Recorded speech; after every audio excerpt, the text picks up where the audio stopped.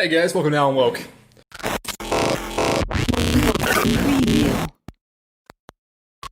So, no silly ass intro from...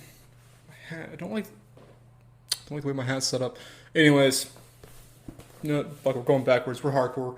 That's kind of the point of this video, to show that I'm a fucking real gamer. I'm hardcore as fuck, and I piss, shit, and cum fucking G Fuel. If you don't believe me, I have it right here. Stop it, light. G Fuel. So yeah, no silly ass intro for this shit. I love games. Obviously, I'm a huge fucking nerd, I'm a huge gamer, and everything else. So I want to make this gaming review thing very serious. Did you see the lies I just made? Did you see the lie in my eyes? I can't lie to you guys, you fucking gorgeous people. So yeah, this is my first real game review. Now if you're confused about whether or not Watch Dogs Legion was a real game review, no, it was not. It was just me just getting pissed and ranting about a fucking shitty game that I purchased and talking shit about it and roasting it. That's going to be a completely different thing I'll be doing. Maybe a whole series, I don't know yet. No, this is a real game review, and I want to see how this goes. The way this will work is I have a scale set up for games. It's going to be the woke to joke ratio. Woke being obviously the best that the game possibly is, and joke being a fucking joke, much like my life.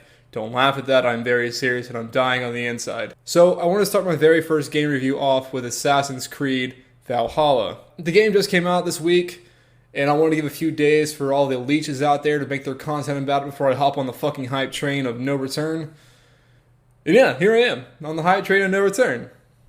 Yeah, hype train, it's a hype train. So I base the quality of a good game off the very four basic components that I feel determines what a good game actually is. 1 being the graphics, 2 being the gameplay, 3 being the character, and 4 being story. And before you say anything like, oh, he cares about is the graphics, that's his number one thing to worry about. No, it's not. It's really not. These have no order of importance to me. I could already hear the typing and the cluttering of fucking fingers hitting the keyboard, getting ready to tear my asshole a new one, which I already am prepared for as I'm giving my opinion on anything. So I understand the fact that my asshole is already be torn asunder anyways. Yeah. So before I dive into the criticism and everything else, I am still doing the giveaway, so stay tuned at the end of this video to find out what you can do and what you will win in this giveaway. And also I want to mention my fucking actual gaming channel, Wasted Respawn, where, you know, it's a stream team. It's a stream team that streams things as a team, and we do have a lot of fun. So go check that out. You can follow me on Twitch at Alan Woke Up. See what I did? I added the Alan Woke, and then I added up, because Alan Woke is already taken. This G Fuel got me fucking hyped. I feel bad for my sponsor that I actually did this, because my sponsor is Pyre, and they make similar products to G Fuel, but Pyre doesn't have these yet in store, but they have other products in store that's also pretty fucking amazing. So go check that out using the Wasted Respawn promo code that will give you 20% off for the rest of this month towards your entire order. After that, it'll be 10% off, but still pretty fucking amazing. Wasted Respawn. This is a Pyre can. Not G Fuel.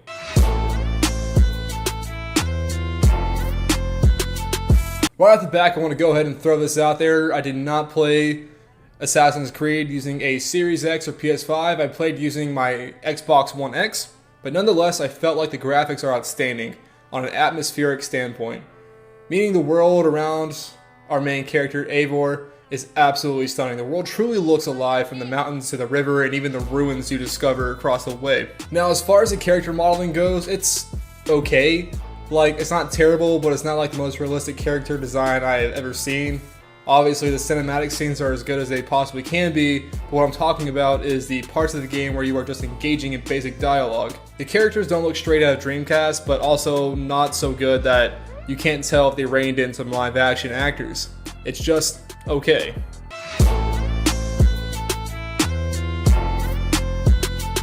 So starting off the gameplay portion with the skills and attributes, I want to say the skill tree has already been complained about from IGN and other critic sites as being overly convoluted or being a bit too much. Personally, I didn't find it terrible. It definitely was new. It's a huge web of star clusters that range so big that it makes the Moby Huge look like an ordinary butt plug. Basically, every skill point you receive won't directly go to skills.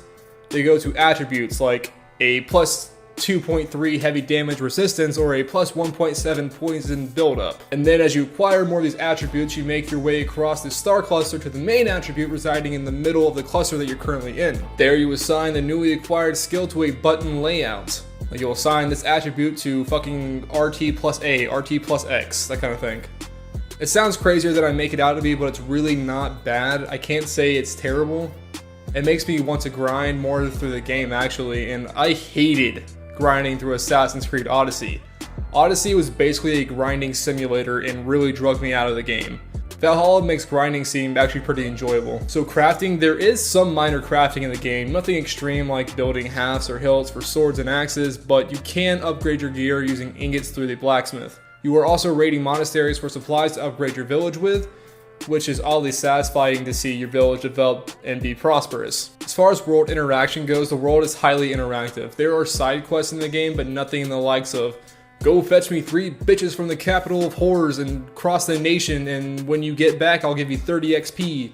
No, it's usually, hey, can you grab me this key that's around the corner of my house? I locked myself out. Or one side quest that I did in the very beginning of the game where I helped a Viking throw his belongings off the side of a cliff and then he committed suicide in front of me because fuck it, he wanted that honor, yo. These side quests provide a little forced world interaction, and I can't even be mad that it's forced because it's actually solid interaction with the world. It does engross you a little bit. It's a little bit of engagement, it's a little bit of realism that it provides you with. As far as combat goes, one of the things that prevents me from fully getting on my knees, getting a bib on, and sucking this game off to completion is that the combat isn't exactly stale or lackluster, it's the camera angle that drags so much ass.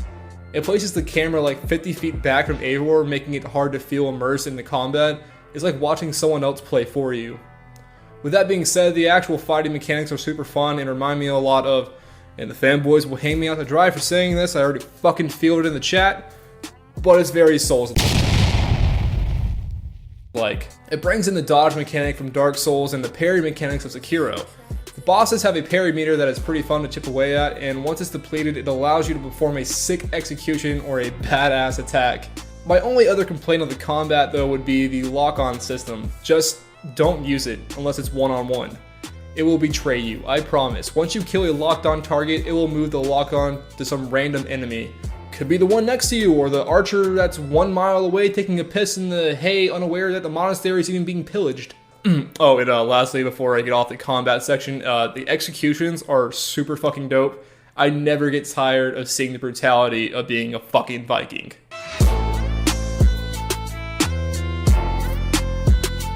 So who is the character that we're playing? We begin our Viking rampaging life with a young Eivor.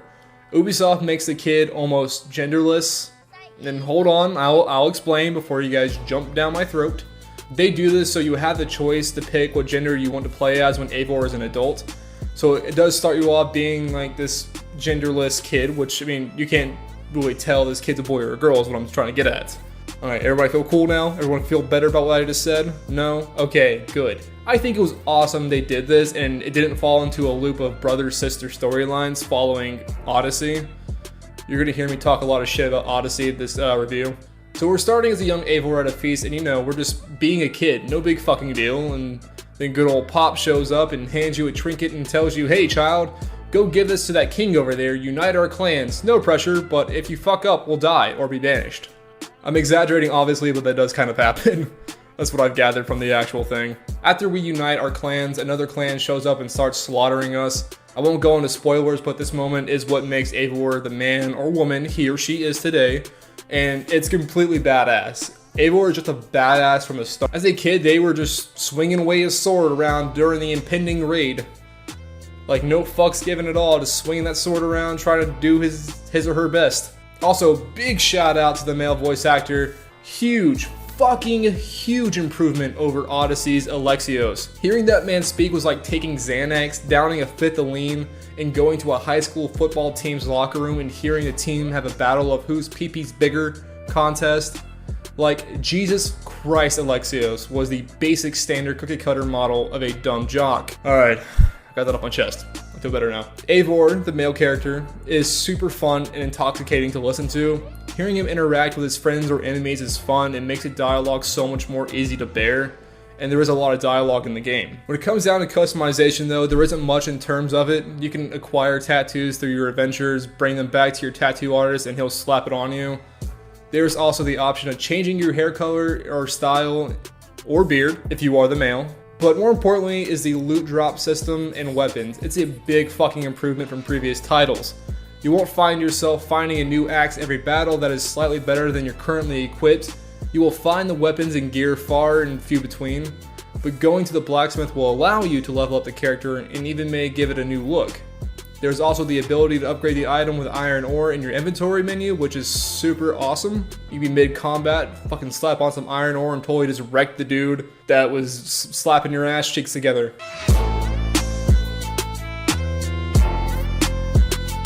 The story is nothing to be like, oh my god, this is a revelation of Christ I am witnessing, but it is solid.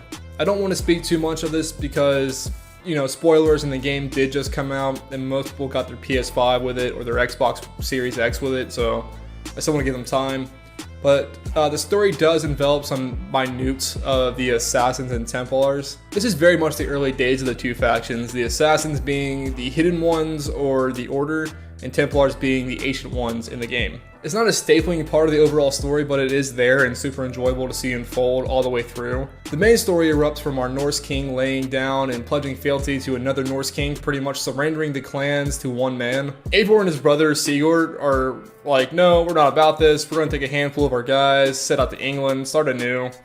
So eat shit, have fun being a fucking pansy. And there you are trying to build up your village and establish alliances with other kingdoms of England and make a name for the clan along the way.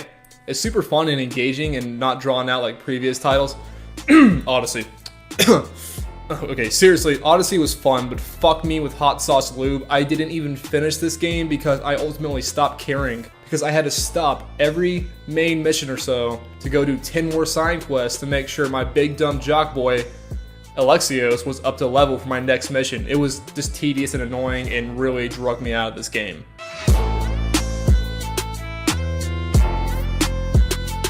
So overall for Assassin's Creed Valhalla, I give the game a 90% woke and a 10% joke. 90% because the game is truly one of the best selling franchises without a doubt. It's like they took every positive feature from the past titles and put it into this game and loaded it with a compelling story and an unforgettable protagonist. Now I say 10% joke because it stems from the fact that Ubisoft has yet to improve on the always faltering parkour mechanic.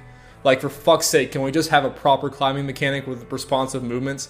I'm tired of trying to jump to the cliff or a ledge behind me just for Eivor to stare at the cliff like he just witnessed Odin jerking off My Little Pony characters. It's tedious and annoying, title after title. And of course there is the game launch glitches that kind of ruins the immersion of the universe, but the game just launched, so it's understandable and somewhat expected with every Ubisoft game launch. So with that being said, I didn't hold it too heavily over the rating I gave them. But that is it for my first game review, guys. Thank you so much for watching this. As promised, I will say that I am doing the 100 subs giveaway. All you have to do to enter this contest is subscribe, like, ring the bell.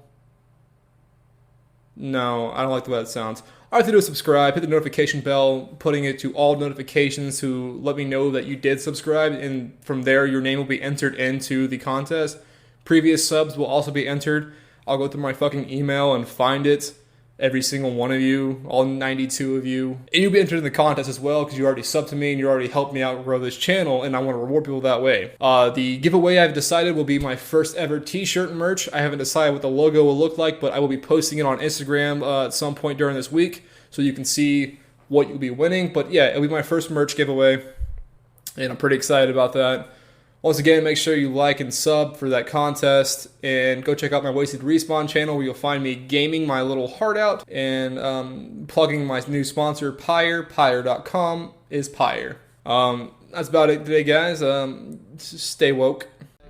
Sit the fuck down, bitch, you're fucking basic. But go ahead and say that your anxiety makes you special and different, but you're not, you're another clone of every instant night. That you never stop to think that people like me are constantly trying to see help to get